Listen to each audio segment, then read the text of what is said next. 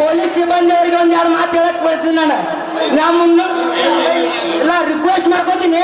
ನಾ 300 ಬೈಕ್ ತಗೊಂಡು ನಾವು ಇಲ್ಲಿ ಪೊಲೀಸ್ ಸ್ಟೇಷನ್ ಇದ್ರ ತಗ ಹೋಗಿದ್ವಿ. ಎಲ್ಲಿ ಹೋಗಿದ್ವಿ ಅಂದ್ರೆ ಪೆಟ್ರೋಲ್ ಪಂಪ್ ತಗ ಹೋಗಿದ್ವಿ. ಪೆಟ್ರೋಲ್ ಪಂಪ್ DSP ಸಾಹೇಬ್ರು, CPI ಸಾಹೇಬ್ರು, PSI ಸಾಹೇಬ್ರು, CM ಅವ್ರು ಬರಾಕತ್ತಾರ ಅಂತ ಹೇಳಿ ನಮ್ ಕೆಲಸ ಮಾಡ್ಯಾರ. ಮುಂದಿನ ಸಲ ನಮ್ದು ಸರ್ಕಾರ ಬರ್ತೈತಿ, ಅದನ್ನ ತಿಳ್ಕೊಂಡು ನೀವು ಮಾತಾಡ್ಕೋರಿ. ಈ ಸರ್ಕಾರ ಐತೆ ಅಂತ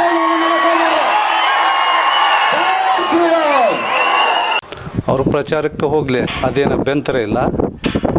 ಆ ಪ್ರಚಾರಕ್ಕೆ ಹೋಗೋ ಸಮಯದಲ್ಲಿ ಸಿದ್ದರಾಮಯ್ಯನವ್ರು ಬಂದಾಗ BJP ಕಾರ್ಯಕರ್ತರು, ಹಿಂದೂ ಕಾರ್ಯಕರ್ತರು, BJP ಪಕ್ಷದ ಪ್ರಚಾರಕರು ಯಾರು ಅಲ್ಲಿ ಇರಬಾರ್ದು ರಸ್ತೆಯಲ್ಲಿ ಅಂಥೇಳಿ ಪೊಲೀಸರು ದೌರ್ಜನ್ಯ. ಬಟ್ ಸರಿಯಲ್ಲ, ಆ ಇಲಾಖೆಗೂ ಸರಿಯಲ್ಲ, ಆ ಇಲಾಖೆ ಅಧಿಕಾರಿಗಳು ಸರಿಯಲ್ಲ, ಸಿಬ್ಬಂದಿಗೂ ಸರಿಯಲ್ಲ. ಇವತ್ತು ಈ ಸರ್ಕಾರ ಬರುತ್ತೆ, ಮತ್ತೊಂದು ಸರ್ಕಾರ ಬರುತ್ತೆ, ಬಟ್ ಅವರು ಇಲಾಖೆ ಸರಿಯಲ್ಲ, ಅವ್ರ ನೌಕರಿ ಮಾಡೋದಕ್ಕೂ ಒಳ್ಳೆಯದಲ್ಲ. ಈ ಥರ ಅವ್ರು ಅನಾವಶ್ಯಕ ಮಾಡಿದ್ಕೆ ನಾವು ಈಗಾಗಲೇ ಬಾಗಲಕೋಟೆ SP ಅವರಿಗೆ ಮತ್ತು IG ಅವರಿಗೆ ಇದಕ್ಕೆ ಸಂಬಂಧಪಟ್ಟಂಥದ್ದು ಮತ್ತು ಕರ್ನಾಟಕ ರಾಜ್ಯದ DGP ಅವರಿಗೆ ನಾವು ಈಗಾಗಲೇ ಅವರಿಗೆ ವಿಷಯ ಮುಟ್ಟಿಸಿದ್ದೀವಿ, ಲೆಟ್ರು ಬರೆದೀವಿ ಮತ್ತು ಇದಕ್ಕೆ ಭಾಳ ಆಗ್ರಹವಾಗಿ ತೀವ್ರವಾಗಿ ನಾವು ಆಗ್ರಹಿಸ್ತಾಯಿದ್ದೀವಿ ಅವ್ರ ಮೇಲೆ ಕ್ರಮ ಕೈಗೊಳ್ಳಬೇಕು ಅಂತ. ಬಾಗಲಕೋಟೆ ರೂರಲ್ PSI ಅವರೇ ಮತ್ತು CP ಅವ್ರ ಮೇಲೆ. ನಾ ಶಿರೂರವರು ಶ್ರೀರಾಮ್ ಸೇನಾ ಜಿಲ್ಲಾ ಉಪಾಧ್ಯಕ್ಷ ಬಾಗಲಕೋಟೆದು. ನಿನ್ನೆ ಏನಾಯಿತು ಅಂತಂದರೆ ಇನ್ಸಿಡೆಂಟು, DSP ಅವರು PSI ಅವರು ಸರು ನಮಗೆ ಏನು ಹೇಳಿದ್ದಾರೆ ಅಂದರೆ ದಾರಿ ತಪ್ಪಿಸೋ ಕೆಲಸ ಮಾಡಿದರು ನಮ್ಮ ಕಾರ್ಯಕರ್ತರು. ನಾವು ಪೆಟ್ರೋಲ್ ಹಾಕ್ಸೋಣಕ್ಕಂತೇಳಿ ನಾವು ಪೆಟ್ರೋಲ್ ಪಂಪ್ಗೆ ಹೋಗಿದ್ದೀವಿ.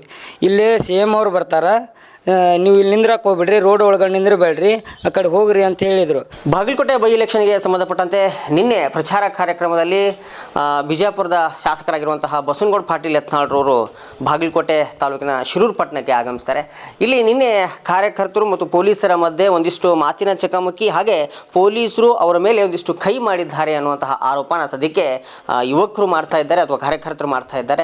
ನಮಗೆ ಅದಕ್ಕೆ ಸಂಬಂಧಪಟ್ಟಂತೆ ಸದ್ಯಕ್ಕೆ ಶಿರೂರು ಗ್ರಾಮದ ಅಥವಾ ಶಿರೂರು ಪಟ್ಟಣದ ಹಿರಿಯರು ನಮ್ಮ ಜೊತೆ ಇದ್ದಾರೆ, ಹಾಗೆ BJPಯ ಕಾರ್ಯಕರ್ತರು ನಮ್ಮ ಜೊತೆ ಇದ್ದಾರೆ. ಅವ್ರನ್ನ ಮಾತಾಡಿಸ್ತಾ ಹೋಗೋಣ.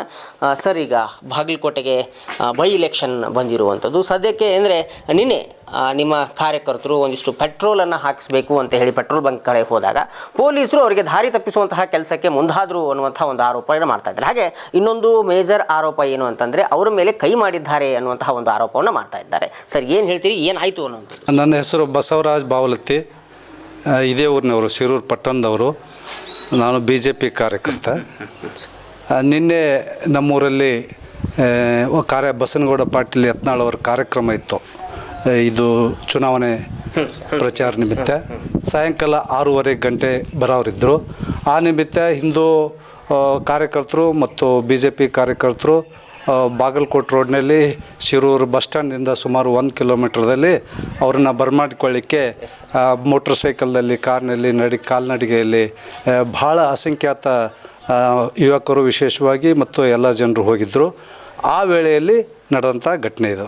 ನಿನ್ನೆ ಶನಿವಾರ ದಿವಸ ಅಂದರೆ ಇದೇ ತಿಂಗಳ 4ನೇ ತಾರೀಕು ಸಾಯಂಕಾಲ 6:30 ಗಂಟೆ ಸುಮಾರಿಗೆ ಬಿಜಾಪುರ ನಗರ ಶಾಸಕರಾದ ಬಸವನಗೌಡ ಪಾಟೀಲ್ ಯತ್ನಾಳ್ ಅವರು ಚುನಾವಣೆ ಪ್ರಚಾರ ನಿಮಿತ್ತ ಇಲ್ಲಿ ಕಾರ್ಯಕ್ರಮ ಇತ್ತು. ಅದಕ್ಕೋಸ್ಕರ ಅವರು ಬಾಗಲಕೋಟೆಯಿಂದ ಬರೋರಿದ್ದರು, ಯತ್ನಾಳ್ ಸಾಹೇಬರು. ಅವರನ್ನೇ ಸ್ವಾಗತ ಮಾಡಲಿಕ್ಕೆ ಊರ ಹೊರಗೆ ಸುಮಾರು 1 ಕಿಲೋಮೀಟ್ರ್ ಬಾಗಲಕೋಟೆ ದಾರಿಯಲ್ಲಿ 400-500 ಕಾರ್ಯಕರ್ತರು, ಹಿಂದೂ ಕಾರ್ಯಕರ್ತರು ಮತ್ತು BJP ಕಾರ್ಯಕರ್ತರು ಕೂಡಿ ಅತಿ ಉತ್ಸಾಹದಿಂದ ಮೋಟ್ರ್ ಸೈಕಲ್ಗಳನ್ನು ತೊಗೊಂಡು, ಕಾರ್ ತೊಗೊಂಡು ಮತ್ತು ಕಾಲ್ನಡಿಗೆಯಿಂದ ಅಲ್ಲಿಗೆ ಹೋಗಿದ್ರು ಆ ಸ್ಥಳಕ್ಕೆ.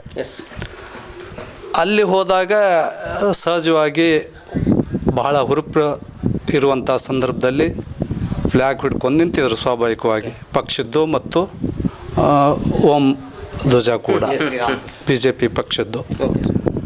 ಅದೇ ಟೈಮ್ದಲ್ಲಿ, ಅದೇ ವೇಳೆಯಲ್ಲಿ ಕರ್ನಾಟಕ ರಾಜ್ಯದ ಮುಖ್ಯಮಂತ್ರಿಗಳು ಸಿದ್ದರಾಮಯ್ಯನವರು ತಮ್ಮ ಪಕ್ಷದ ಚುನಾವಣೆ ಪ್ರಚಾರಕ್ಕೋಸ್ಕರ ಬಾಗಲಕೋಟೆಯಿಂದ ಕಮತಗಿಗೆ ಪಟ್ಟಣಕ್ಕೆ ಹೋಗೋರಿದ್ದರು.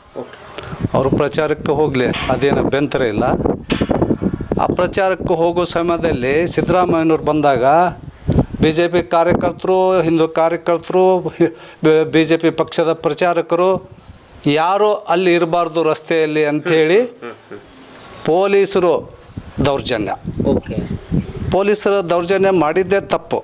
ಅದು ಘಟನೆ ಏನಾಗಿದೆ ಅಂದರೆ, ಇವರು ಇದ್ದಾರೆ ಹುಡುಗರಲ್ಲೇ ಬೇರೆಯವರು ಎಲ್ಲ BJP ಕಾರ್ಯಕರ್ತರು, ಅವರು ಅಲ್ಲಿ ಇರಬಾರ್ದಂತೆ. ಪೊಲೀಸರ ಆದೇಶ, ಪೊಲೀಸರ ನಿಯಮ, ಅದು ಯಾವ ನಿಯಮೋ ಯಾವ ಕಾನೂನು ಅದು ನನಗೂ ಕೂಡ ಗೊತ್ತಿಲ್ಲ. ಅಲ್ಲಿ ನಿಲ್ಬಾರ್ದು ಅಂಥೇಳಿ ಮುಖ್ಯಮಂತ್ರಿಯವರು ಹೋಗಾಗ ಅಥವಾ ಕಾಂಗ್ರೆಸ್ ಕಾರ್ಯಕರ್ತರು ಧುರೀಣರು ಹೋಗುವಾಗ BJP ಕಾರ್ಯಕರ್ತರು ರಸ್ತೆ ಮೇಲೆ ಹೋಗಬಾರ್ದು, ರಸ್ತೆ ಬದಿಯಲ್ಲಿ ನಿಲ್ಬಾರ್ದು, ಪ್ರಚಾರ ಮಾಡಬಾರ್ದು. ಇದೊಂದು ಹೊಸದ ಚುನಾವಣೆ ಪ್ರಚಾರ ನಡೆದಿದೆ ಕಾಂಗ್ರೆಸ್ ಪಕ್ಷದಿಂದ. ಇದು ಯಾರು ಒಪ್ಪುವಂಥದ್ದಲ್ಲ. ಆ ನೆವದಲ್ಲಿ ಕಾಂಗ್ರೆಸ್ ಪಕ್ಷದ ಒತ್ತಡದಿಂದ ನಮ್ಮ ಬಾಗಲಕೋಟ್ ಪೊಲೀಸರು ಎಲ್ಲರೂ ಇದ್ರಂತ ಕೇಳಿದೆ ನಾನು. PSI ಬಾಗಲಕೋಟ್ ಗ್ರಾಮೀಣ PSI ಗಿರೀಶ್ ಅವರು ಮತ್ತು ಗ್ರಾಮೀಣ CPI ವಿಜಯ್ ಮರಗುಂಡಿ ಅವರು, DSP ಅವರು ಎಲ್ಲರೂ ಇದ್ದರು.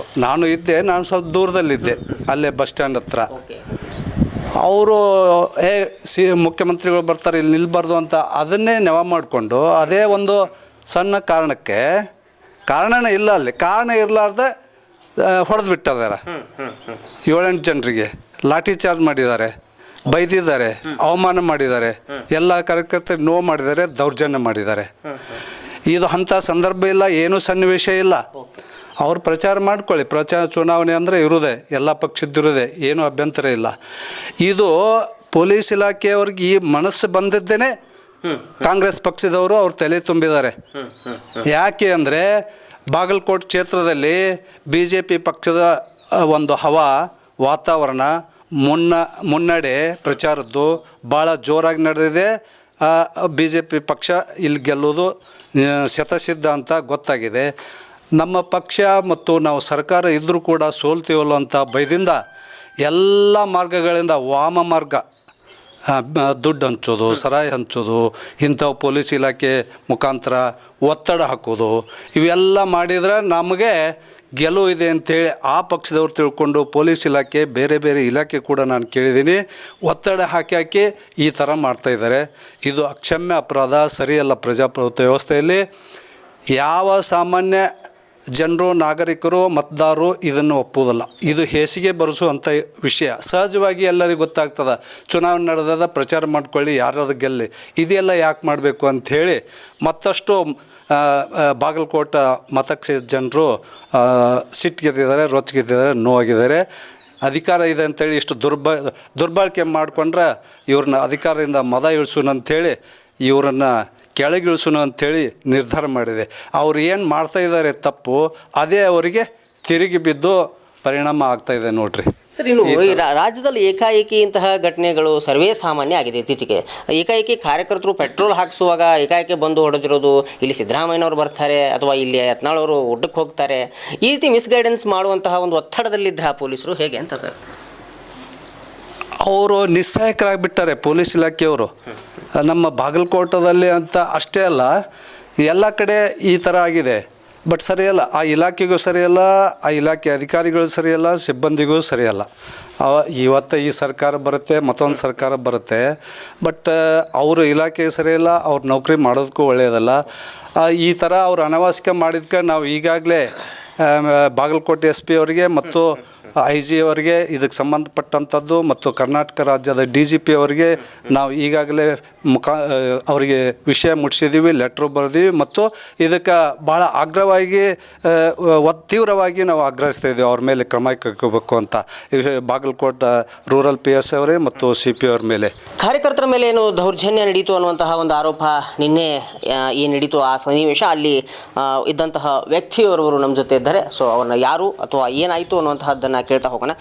ಸರ್, ಈಗ ನಿನ್ನೆ ತಾವು ಆ ಒಂದು ಪ್ಲೇಸಲ್ಲಿದ್ರಿ ಸರ್, ಏನಾಯಿತು ಆ ಇನ್ಸಿಡೆಂಟನ್ನು ವಿವರಿಸೋದಾದರೆ ಸರ್ ತಮ್ಮ ಹೆಸರೇನು? ನಮಸ್ಕಾರ ಸರ್, ಶ್ರೀರಾಮ್ ಸೇನಾ ಜಿಲ್ಲಾ ಉಪಾಧ್ಯಕ್ಷ ಬಾಗಲಕೋಟೆದು. ನಿನ್ನೆ ಏನಾಯಿತು ಅಂತಂದರೆ ಇನ್ಸಿಡೆಂಟು, DSP ಅವರು ಪಿ ಎಸ್ ಅವರು ಸರು ನಮಗೆ ಏನು ಹೇಳಿದಾರೆ ಅಂದರೆ ದಾರಿ ತಪ್ಪಿಸೋ ಕೆಲಸ ಮಾಡಿದರು ನಮ್ಮ ಕಾರ್ಯಕರ್ತರು. ನಾವು ಪೆಟ್ರೋಲ್ ಹಾಕ್ಸೋಣಕ್ಕಂತೇಳಿ ನಾವು ಪೆಟ್ರೋಲ್ ಪಂಪ್ಗೆ ಹೋಗಿದ್ದೀವಿ. ಇಲ್ಲೇ ಸಿ ಎಮ್ ಅವರು ಬರ್ತಾರೆ, ನೀವು ಇಲ್ಲಿ ನಿಂದ್ರಕ್ಕೆ ಹೋಗ್ಬಿಡ್ರಿ, ರೋಡ್ ಒಳಗಡೆ ನಿಂದ್ರಬೇಡ್ರಿ, ಆ ಕಡೆ ಹೋಗ್ರಿ ಅಂತ ಹೇಳಿದರು. ಸಿ ಎಮ್ ಅವರು ರೋಡ್ ಒಳಗಡೆ ಬರ್ತಾರೆ, ಬಸ್ ಸ್ಟ್ಯಾಂಡ್ಗೆ ಹೋಗ್ರಿ, ಅಲ್ಲಿ ಹೋಗ್ರಿ ಅಂತ ಹೇಳಿದರು. ಬಸ್ ಸ್ಟ್ಯಾಂಡ್ಗೆ ಹೋದರೆ ಬಸ್ ಸ್ಟ್ಯಾಂಡ್ನಿಂದ ರೋಡಿನಿಂದ ಹಿಡಿದು ಕಮಿತಿಗೆ ಹೋಗ್ಬೇಕಾದ್ರೆ ನಮ್ಮ ಊರ ಮೇಲೆ ಆಸೆ ಹೋಗ್ಬೇಕು. ಬಸ್ ಸ್ಟ್ಯಾಂಡ್ ಮೇಲೆ ಆಸೆ ಹೋಗ್ತಾರಲ್ಲ, ಮತ್ತು ಅಲ್ಲಿ ಗೊಂದಲ ಆಗೋದಲ್ಲ, ಅಲ್ಲಿ ಗೊಂದಲ ಆಕತ್ತಲ್ಲ. ನಾ ಏನು ಹೇಳ್ತಿದ್ದೀವಿ ಅಂತಂದರೆ, ನಾವು ಬಸ್ ಸ್ಟ್ಯಾಂಡ್ಗೆ ಹೋಗೋದು ಬೇಡ ಸರ, ನಾವು ಇಲ್ಲಿ ಒಳಗಡೆ ಹೇಮರೆಡ್ಡಿ ಮಲ್ಲಮ್ಮ ದೇವಸ್ಥಾನ ಐತೆ, ಅಲ್ಲಿ ಒಳಗಡೆ ಎಲ್ಲ ಕಾರ್ಯಕರ್ತರನ್ನ ಹಾಕ್ತೀವಿ. ಸಿ ಎಮ್ ಅವ್ರು ಹೋದ ಬಳಕಡೆ ನಾವೆಲ್ಲ ಎಲ್ಲ ಕಾರ್ಯಕರ್ತರು ಕರೆಸಿ ಯತ್ನಾಳ್ ಗೌಡ್ರು ಬರ್ತಾರೆ, ಅವ್ರನ್ನ ಸ್ವಾಗತ ಮಾಡ್ಕೊಂಡು ಊರ ಒಳಗಡೆ ಕರ್ಕೊಂಡು ಹೋಗ್ತೀವಿ ಅಂತೇಳಿ ನಾವು ಹೇಳಿದ್ವಿ. ಇಲ್ಲ ನೀವು ಈ ಥರ ಮಾಡಕತ್ತೀರಿ ಅಂದರೆ ಊರು ಒಳಗಡೆ ಹೋರಿ, ಈ ಥರ ಮಾಡಕತ್ತೀರಿ ಅಂದರೆ ನಿಮ್ಮ ಮೇಲೆ ಲಾಠಿ ಚಾರ್ಜ್ ಮಾಡ್ಬೇಕಂತೇಳಿ ನಮಗೆ ಬೆದರಿಕೆ ಹಾಕಿದರು. ಬೆದರಿಕೆ ಹಾಕಿ ನಮ್ಮ ಕಾರ್ಯಕರ್ತರಿಗೆ ದಿಕ್ಕು ತಪ್ಪಿಸೋ ಕೆಲಸ ಮಾಡಿದರು. ಈ ರೀತಿ ಮಾಡಿದರೆ ನಾವು ಮುಂದಿನ ದಿನ ಒಳಗಡೆ ನೇರವಾಗಿ ಹೊಣೆ ಯಾರಾಗ್ತಾರೆ ಅಂದರೆ ಈ ರಾಜ್ಯದ ಕಾಂಗ್ರೆಸ್ ಸರ್ಕಾರನ ಹೊಣೆ ಆಗುತ್ತೆ. ಇದೇ ಥರ ಪೊಲೀಸ್ ಡಿಪಾರ್ಟ್ಮೆಂಟ್ ಏನಾರು ಮಾಡಿದ್ದ ಕರೆ ಆದ್ರಂದರೆ ಮುಂದಿನ ದಿನಗಳಲ್ಲಿ ಉಗ್ರವಾದ ನಾವು ಹೋರಾಟ ಮಾಡಬೇಕಾಗುತ್ತೆ. ಸರ್, ನಿನ್ನೆ ಅಂದರೆ ಏನಾಯಿತು ಘಟನೆ ಅನ್ನೋದು ವಿವರಿಸ್ತಾ ಹೋದರೆ, ಈಗ ನಾವು ತಮ್ಮ ಮೇಲೆ ಒಂದಿಷ್ಟು ದೌರ್ಜನ್ಯ ಆಯಿತು ಅಥವಾ ಕೈ ಮಾಡಿದರು ಅನ್ನೋಂಥದ್ದು ಹೇಳಿದ್ರಿ. ನಿಜವಾಗ್ಲೂ ಪೊಲೀಸರು ತಮ್ಮ ಮೇಲೆ ಕೈ ಮಾಡಿದ್ರೆ ಹೇಗೆ? ನಮ್ಮ ಮೇಲೆ ಕೈ ಮಾಡಿಲ್ಲ, ನಮ್ಮ ಕಾರ್ಯಕರ್ತರು ಬಂದಿದ್ರೆ ನಮ್ಮ ಕಾರ್ಯಕರ್ತರ ಮೇಲೆ ಲಾಠಿ ಚಾರ್ಜ್ ಮಾಡ್ತೀವಿ ಅಂತ ಹೇಳಿಕಿಸಿಂದ ಬೆದರಿಕೆ ಹಾಕಿದರು. ಹೀಗಾಗಿ ನಮ್ಮ ಕಾರ್ಯಕರ್ತರು ಅವ್ರು ಲಾಠಿ ಚಾರ್ಜ್ ಮಾಡೋ ಹೊತ್ತಿನಲ್ಲಿ ಕಾರ್ಯಕರ್ತರು ಅತ್ತಾಗಿತ್ತಾಗ ಓಡಿಸಾಡೋ ಕೆಲಸ ಮಾಡಿದರು. ಅವರು ಅಂದರೆ ಲಾಠಿಯನ್ನು ಹಿಡಿದುಕೊಂಡು ಓಡಿಸಾಡುವಂತಹ ಕೆಲಸ ಮುಂದೆ ಲಾಠಿ ಹಿಡ್ಕೊಂಡು ಓಡಿಸಾಡೋ ವ್ಯವಸ್ಥೆ ಮಾಡಿದ್ದಾರೆ. ಈ ಥರ ಆಗಬಾರ್ದಂತೇಳಿ ನಾವು ಹೇಳ್ತಿದ್ವಿ. ಈ ಥರ ಆದರೆ ಮುಂದಿನ ದಿನಮಾನಗಳಲ್ಲಿ ನಾವು ಕಠಿಣವಾಗಿ ಕ್ರಮ ಅವ್ರ ಮೇಲೆ ತಗೋಬೇಕಂತೇಳಿ ನಾವು ಆಗ್ರಹ ಮಾಡ್ತೀವಿ. ಓಕೆ. ಇದಿಷ್ಟು ಕಾರ್ಯಕರ್ತರು ಮಾತನಾಡ್ತಿರುವಂಥದ್ದು. ಅಂದರೆ ಇಲ್ಲಿ ಮುಖ್ಯವಾಗಿ ಹಿಂದೂ ಕಾರ್ಯಕರ್ತರು ಅಥವಾ ಈ BJPಯ ಕಾರ್ಯಕರ್ತರು ಏನಿದ್ರು ಒಂದು ಪೆಟ್ರೋಲನ್ನು ಹಾಕಿಸ್ಬೇಕು ಅನ್ನುವಂತಹ ನಿಟ್ಟಿನಲ್ಲಿ ಬಾಗಲಕೋಟೆ ರಸ್ತೆಗೆ ಮಾರ್ಗವಾಗಿ ಹೋಗುವಂತಹ ಒಂದು ಪೆಟ್ರೋಲ್ ಬಂಕಿಗೆ ಅಲ್ಲಿ ಹೋಗಿದ್ರು. ಆವಾಗ ಪೊಲೀಸರು ಇವರನ್ನು ತಡೆದು ಇಲ್ಲಿ CM ಬೆಂಗಾಲ ವಾಹನಗಳು ಅಥವಾ CM ಅವರು ಬರ್ತಿದ್ದಾರೆ, ಸೊ ಆ ನಿಟ್ಟಿನಲ್ಲಿ ತಾವು ಬೇರೆ ಕಡೆ ಹೋಗಿ ಅನ್ನುವಂತಹ ಒಂದು ದೃಷ್ಟಿಯಲ್ಲಿ ಇವ್ರನ್ನ ಮೇಲೆ ಒಂದು ದೌರ್ಜನ್ಯವನ್ನು ಎಸಗಿದ್ದಾರೆ ಅನ್ನುವಂತಹ ಒಂದು ಆರೋಪವನ್ನು ಮಾಡ್ತಾ ಇದ್ದಾರೆ. ಹಾಗೆ ದಿಕ್ಕು ತಪ್ಪಿಸುವ ಕೆಲಸಕ್ಕೆ ಮುಂದಾದ್ರ ಪೊಲೀಸರು ಅನ್ನುವಂತಹ ಒಂದಿಷ್ಟು ಸಂಶಯಗಳು ಇಲ್ಲಿ ವ್ಯಕ್ತವಾಗ್ತಾ ಇವೆ. ಕನ್ನಡದ ಅನೇಕ BJP ಕಾರ್ಯಕರ್ತರು ಹೇಳೋದು ಅಥವಾ ಆಕ್ರೋಶ ವ್ಯಕ್ತಪಡಿಸೋದು ಏನು ಅಂತಂದರೆ, ಬಾಗಲಕೋಟೆಯಲ್ಲಿ BJP ಈ ಸಾರಿ ಬಂದೇ ಬರುತ್ತೆ. ಆ ನಿಟ್ಟಿನಲ್ಲಿ ವೀರಣ್ಣ ಚರಂತಿಮಠರ ವಿರುದ್ಧ ಅನೇಕ ಈ ಬೇರೆ ಬೇರೆ ಟ್ರಂಪ್ ಕಾರ್ಡ್ಗಳನ್ನು ಪ್ಲೇ ಮಾಡ್ತಾ ಇದ್ದಾರೆ. ಬೇರೆ ಬೇರೆ ರೀತಿಯಾದಂತಹ ಹೊಸ ಪ್ರಯೋಗಗಳಿಗೆ ಮುಂದಾಗಿದ್ದಾರೆ ಕಾಂಗ್ರೆಸ್ನವರು. ಈ ರೀತಿಯಾಗಿ ಪೊಲೀಸರು ಎಲ್ಲೋ ಒಂದು ಕಡೆ ಇವರ ಕೈಗೊಂಬೆಗಳಾಗಿದ್ದಾರಾ ಅನ್ನುವಂತಹ ಮಾಹಿತಿಯನ್ನು ಸದ್ಯಕ್ಕೆ ವ್ಯಕ್ತಪಡಿಸ್ತಾ ಇದ್ದಾರೆ ಅಥವಾ ಆಕ್ರೋಶವನ್ನು ವ್ಯಕ್ತಪಡಿಸ್ತಾ ಇದ್ದಾರೆ. ಸೊ ಈ ಒಂದು ಘಟನೆ SP ಅವರ ಮಟ್ಟಕ್ಕೂ ಈಗ ಸದ್ಯಕ್ಕೆ ಹೋಗಿದೆ. ಸೊ SP ಅವರು ಈ ವಿಷಯವಾಗಿ ಏನು ಹೇಳ್ತಾರೆ ಅನ್ನುವಂಥದ್ದನ್ನು ಕಾದು ನೋಡೋಣ. ನಾವು KDTV ಕಡೆಯಿಂದ ಸಹ ಒಂದಿಷ್ಟು SP ಅವರನ್ನು ಸಂಪರ್ಕಿಸುವಂತಹ ಪ್ರಯತ್ನಕ್ಕೂ ಸಹ ನಾವು ಮುಂದಾಗ್ತೇವೆ. ಏನು ಹೇಳ್ತಾರೆ SP ಅವರು ಈ ವಿಷಯವಾಗಿ ಅನ್ನುವಂಥದ್ದನ್ನು ಕಾದು ನೋಡೋಣ. ಮತ್ತೊಂದು ವಿಭಿನ್ನವಾಗಿರುವಂತಹ ಸ್ಟೋರಿಯೊಂದಿಗೆ ಮತ್ತೆ ಬರ್ತೀನಿ. ಎಲ್ಲರಿಗೂ ನಮಸ್ಕಾರ. ಒಂದೇ ಮಾತರಂ.